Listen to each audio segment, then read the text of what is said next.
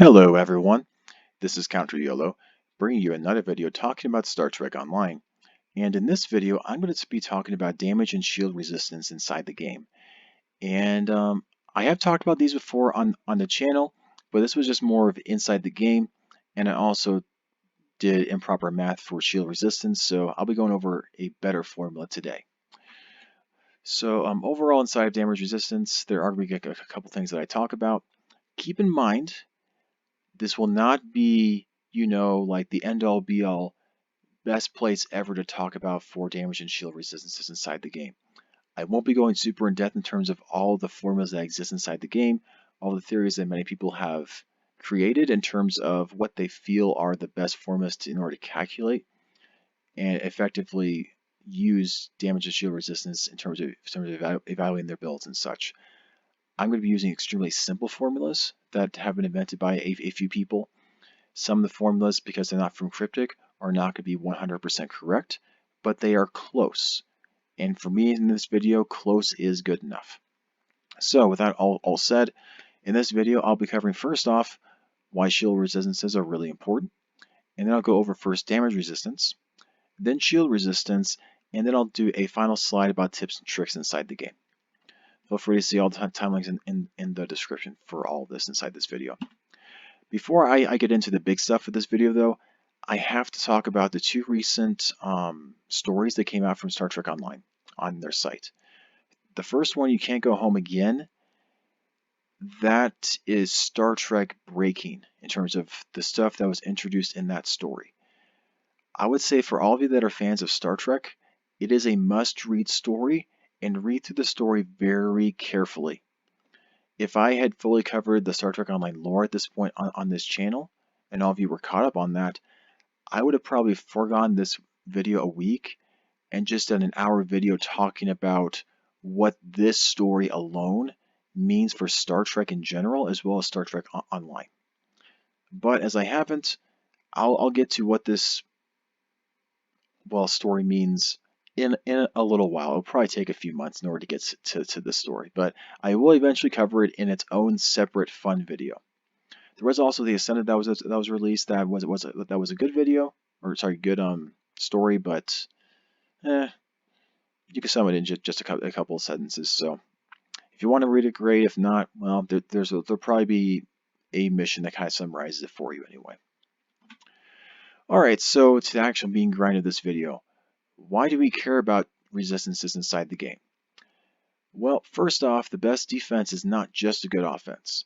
There are a lot of maps that have timers that you can't just DPS a mission in 3 minutes like ISA. There are a lot of missions in which like you have a timer that you have to last 3, 4, 5 minutes against a lot of really powerful enemies potentially, like if you're playing on advanced or elite difficulty, in which you need some resistance, even if you're a full DPS build, to survive through it. Second thing, and a lot of NPC ships in the game can crit for huge, gigantic numbers nowadays. There are some people on the Reddit threads that are like, well, yeah, I got hit with another million damage crit, couldn't do anything about it, just kind of the way the game is. I say BS. There are lots of great ways with resistances and ways to reduce damage coming in on you that even with million plus crits hitting you, you can survive through it. You do need to, get some nice traits, but you can survive through it. And it's not just with an invincible trait or with being invulnerable for a few seconds. Actually, surviving literally through the damage is possible inside the game. Third is that for tanks especially, we need all three elements of survival in Star Trek Online to be effective. We can't just do damage and have an insane regeneration rate on our hull and our shields. We need some damage resistance, even if it's a little bit undervalued versus other things. We need damage resistance so that when there's those big crits coming in, that we can survive through it, and so that our regeneration can help with the rest of the way to help our allies. Again, as I said earlier in this video, with damage resistance, I won't be doing intensive equations. I'll be doing extremely simple ones. So to start off with, damage resistance is not linear in terms of how it works inside the game. Technically, damage inside the game is also not linear, but that one is very close to linear versus damage resistance, which is much less linear. Normally in the game you expect like, oh yeah, I have two consoles that will effectively give me 5% resistance. So if I add them together, they'll give me 10%, right? Well, no. In reality, with your consoles, if you add multiple consoles with damage resistance on your ship, the second console of equal power will only give about half of that power in total to your to your ship. Now, when it comes to damage resistance and the terminology, I will defer a little bit from how Cryptic defines their formulas and how they do it. My differential is because, in my opinion, my terminology is much clearer than how Cryptic did it. Cryptic calls the stats on your consoles damage resistance magnitude in their formulas in terms of their raw rating. But since the rating is called damage resistance rating on the consoles themselves, I'm going to call it damage resistance rating as well in the formula itself for me personally. The same thing with damage resistance. They just call that the total resistance on your ship.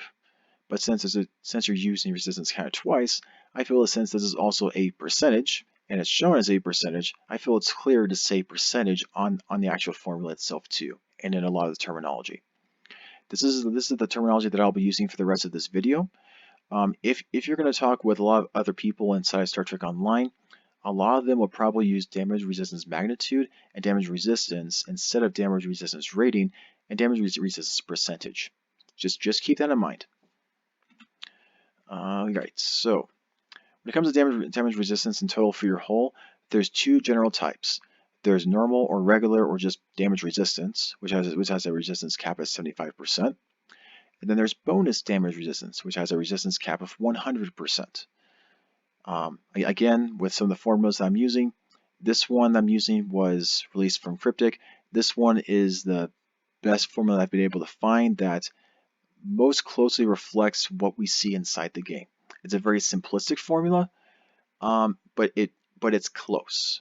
As I said before, for me, it's a simple formula that's close enough for this video. If you want to see really complicated formulas that are even closer, there's a bunch of links in the description for you. But in these formulas, here's a basic one for damage resistance percentage for normal damage resistance. For bonus damage resistance percentage, it's 0.01 plus your bonus damage resistance rating divided by 1 plus 0.01 times your bonus damage resistance rating. Calculate that out, and you'll be able to get really close to what the bonus damage resistance rating is actually doing for the percentages for your ship.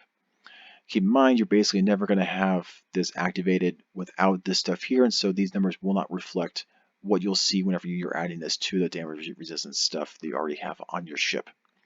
But both of these are non-linear regressive, as we saw in the previous slide. Normal damage resistance is from most of your traits and consoles and passive stats and skills inside the game. This also includes virtually all of the stacking traits inside the game, and this has a normal resistance cap of 75%. Just as for some general ballparks here, if you just have 1 point or one skill point in damage resistance in your skill tree, it'll give you 15 damage resistance rating, which gives you a 13% total resistance for your hull. If you invest in all 3 points there, you'll end up with 25 total damage resistance rating, which gives you 20% resistance on your hull. For your tactical and DPS captains, in my opinion, you want to be around 20% resistance on your hull, whether that's through just straight skills, through other traits and such. This is the ballpark you should be shooting for. For tanks, you want to have a standing damage resistance rating of 30%, which is at 44 damage resistance rating for the raw rating. Which is basically the skill points there in the skill tree plus 1 upgraded damage resistance rating console.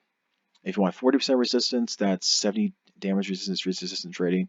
110 damage resistance rating gives you 50%. 185 gives you 60. 429 gives you 70. And 1118 gives you 74%. Again, with bonus damage resistance, this formula is not fully correct, but it's close. And with that rough math there, 100 bonus damage resistance rating, which is from the DPRM console, will already shoot your ship up to around 50% damage resistance rating if you're at 0. 300 bonus DDR, which is on a few select consoles, gives you 75, and 900 bonus damage resistance rating, which is on the long-range science special console, already shoots it up to 90%. It's the reason why in the previous slides you're seeing when I was testing to see if the long-range science vessel was actually a viable science tank, I was getting above 75% damage resistance constantly when I was using that particular console. In terms of the general guidelines for damage resistance, as I said before, if you're a non-tank captain, don't use more than one damage resistance rating console if you're going to use one on your ship. Honestly, with traits and investing in 1 point in damage resistance rating on your skills, you're probably okay actually. You could probably not even worry about damage resistance rating on your consoles. Now, if you're struggling, if you're doing so much threat that you're the only one getting hit, maybe add a little bit more and build a little bit more like a tank captain. Now for tank captains in general, you have permission to use 2 damage resistance rating consoles because it can be difficult, especially in advanced or especially in elite missions, to be able to survive through a lot of the insane crits that are coming at you. Don't use more than 2 though.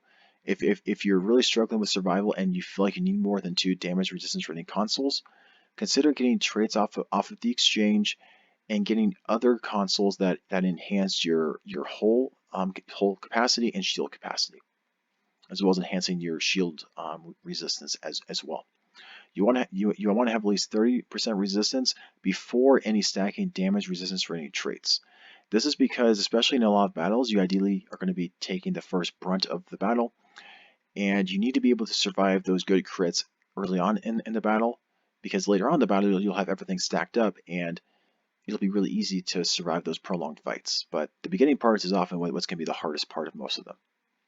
It also allows you to have easier reactions for a lot of those damage that's going out, to be able to give you more time to heal and use console cookies as well. Alright, so let's get into shield resistance now. So for shield resistance, it's very ignored inside the game. If you look on the forums, they're fairly absent when it comes to shield resistance. That's because, first off, shield resistance is not actually listed in ship stats. As such, it's really hard to compare and calculate. It's a lot less rewarding for stacking as well.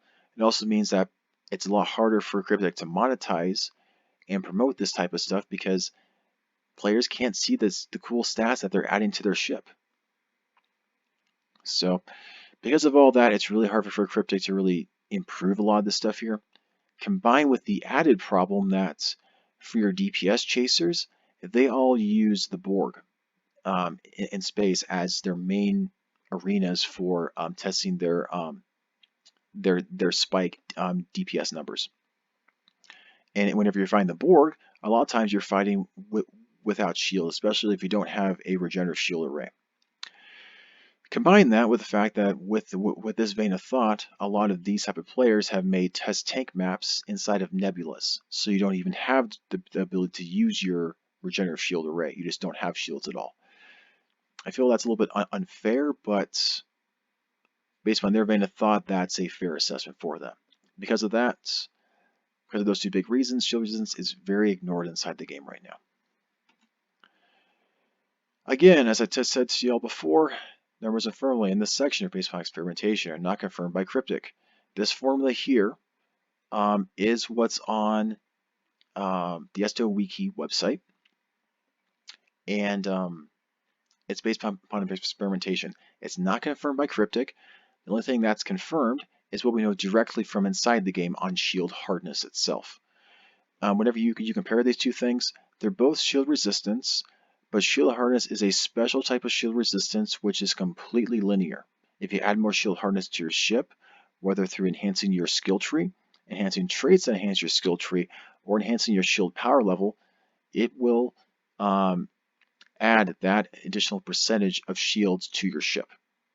You don't have to worry about, well, if I add more shield hardness, it's not going to help my ship as much. No, if you add more shield hardness, it will help your ship in that amount that you expect it to.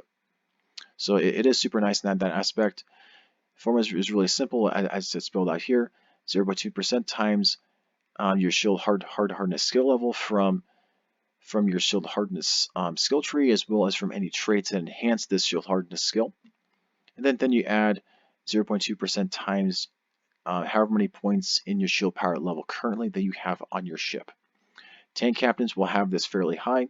Most everyone else probably won't. Just kind of the way it is inside the game. Shield power level also enhances your shield regeneration rate, but that's not what we're talking about inside this video. Shield resistance is nonlinear regressive.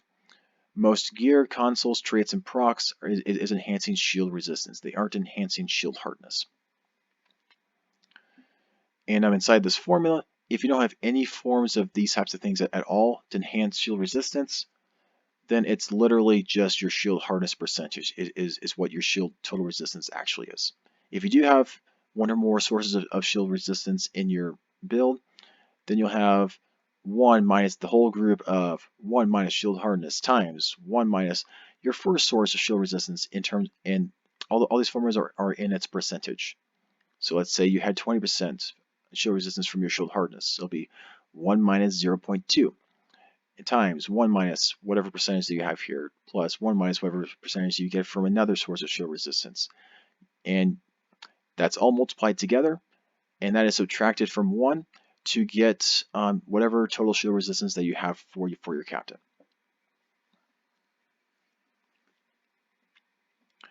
I think that's kind of simple and straightforward, but this is a little bit more intensive to do than like damage resistance rating. That you just, you basically just look at the formula basically and say, okay, based upon this formula, how much damage resistance rating do I have? Plug it in. Here we go. I'm pretty sure that this is still crude, and there's probably a better format that actually tells you what this is in reality, but Cryptic has not given us anything to actually properly calculate this, so this could be the right method. There could be a better formula. No one really knows right now. Alright. When it comes to bonus shield resistance, this is a category that I actually made up. This actually doesn't exist inside the game, unfortunately. Instead, this category is basically other methods of reducing damage to your shields that's not technically shield resistance. For instance, there's a science power which reduces incoming damage to your entire ship from an enemy by 75% for a few seconds. That's pretty powerful, but it's not technically resistance, but it does reduce damage. Just kind of like dodge chance and defense also reduces damage because it reduces accuracy. And that kind of same vein of thought, diminutive defense screen is pretty effective too because it reduces damage to shields by 95% for 20 seconds, which is pretty powerful. Also note here that it's not technically in this category, but I think it's very worth of mentioning. The reduction for kinetic damage like torpedoes to shields by 75%, that calculation is not shield resistance. That is just a reduction in damage.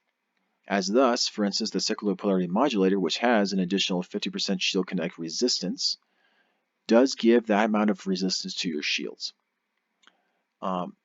That's in addition to that 75% reduction in damage that kinetic damage already has on shields right off the bat.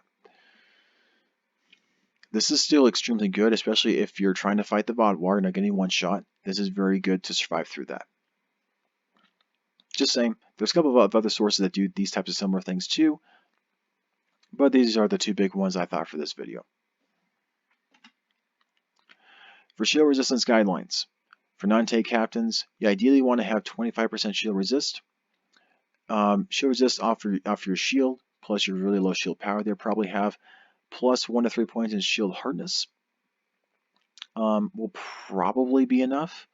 You definitely need points in shield hardness, though. If you don't have points in shield hardness, your shields are going to get completely shredded and destroyed like tissue paper.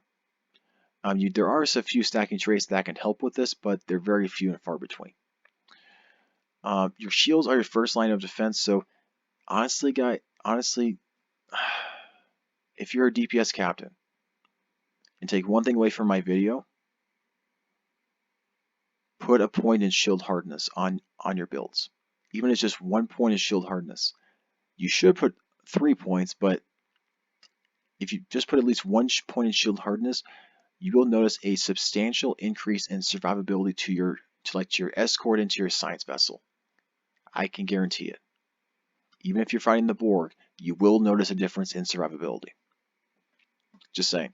For tank captains, you want at least 30% shield resist. And this is from your shield plus your high shield power plus your points in shield hardness. This is before stacking traits and such, and it's not that hard to do so.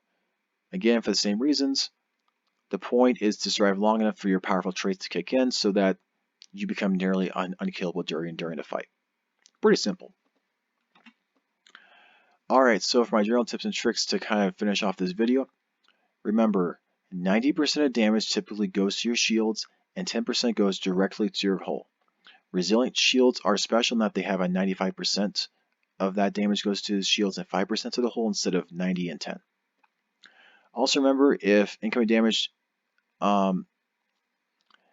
that's going to your shields reduces your shields to 0, and your remaining damage will hit your hull instead. It's not that it's like it hits the shields and then goes away. It will still be absorbed by your ship one way or another. The only time the damage technically disappears is if you overblow up something, which can happen. Also keep in mind, shields reduce all kinetic damage by 75%, even if a shield facing is at 1 hit point. This significantly improves the survivability against torpedoes and mine enemies, especially against the bot war.